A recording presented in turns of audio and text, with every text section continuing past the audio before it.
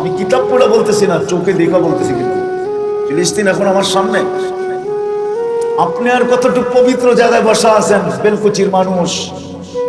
ফিলিস্তিনের ভিতরে তো কোরআন তো বলে, আর কোরআন তো বলে বারাকনা হাওলা, যেই মাটির কণায় কণায় বরকত মিশ্রিত, ওই বরকত মিশ্রিত মাটির ভিতরে তো ফিলিস্তিনিরা।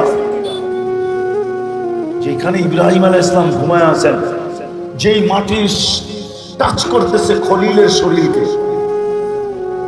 ইব্রাহিম খলিল আলাইহিস সালাম ওনার শরীরকে টাচ করতেছে, যেই মাটির টাচ করতেছে মুসা কালিমুল্লাহর শরীরকে, যেই মাটি টাচ করতেছে চিহ্নিত 70 জন নবীর শরীরকে। চিহ্নিত কবর আছে 70টা নবীদের। কিন্তু যদি ইতিহাস দেখি, তাহলে ফিলিস্তিনকে বলা হয় দিয়ারুল আম্বিয়া, নবীদের দেশ।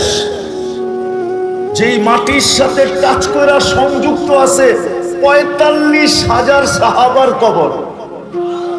কত? 45,000। আমি কিতাব পড়ে বলতেছি না, চোখে দেখা বলতেছি। কিন্তু ফিলিস্তিন এখন আমার সামনে। আমি 14 বছর আগে গেছি। বাইতুল মুকাদ্দাস এখনো আমার চোখের সামনে ঝকঝক করে। আমি 14 বছর আগে গেছি। মুসলমানের প্রথম কিবলা, কেন এই দুরবস্থা? 250 কোটি মুসলমান কেন মুখ খুলতে পারতেছে না? আমি তো বলি মিডিয়ায় কথা চলে যাবে, যাক, যদি আল্লাহ আমাদের মুসলিম শাসকদেরকে আল্লাহ বুঝ দেয়, ওদের সুমতি ফিরে আসে। আজ যদি মুসলিম দুনিয়ার 60 দেশের মুসলমান দেশের কর্ণধাররা ইউরোপ আর আমেরিকাকে ডাইকা বলে যে আমরা দুটার জবাব চাই, তোমরা 2 কোটি ইহুদিদের প্রেমে মত্ত থাকবে না তোমরা 250 কোটি মুসলমানের প্রেমে পড়বে?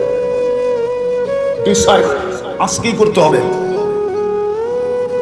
তাইলে আমাদের সম্পর্ক তোমাদের সাথে থাকবে। তোমরা ছোট একটা দেশকে চাও না 60টা মুসলিম দেশ চাও? দেখেন কালকে কি হয়, দেখেন কালকে সারা দুনিয়ায় কি হয়। সূর্য নতুন আলো নিয়ে উঠবে, সারা দুনিয়ার চিত্রটা মনে হয় অন্যরকম হবে। কিন্তু সত্য তো এটা, বিলারি গলায় ঘন্টা বাঁধবে কে?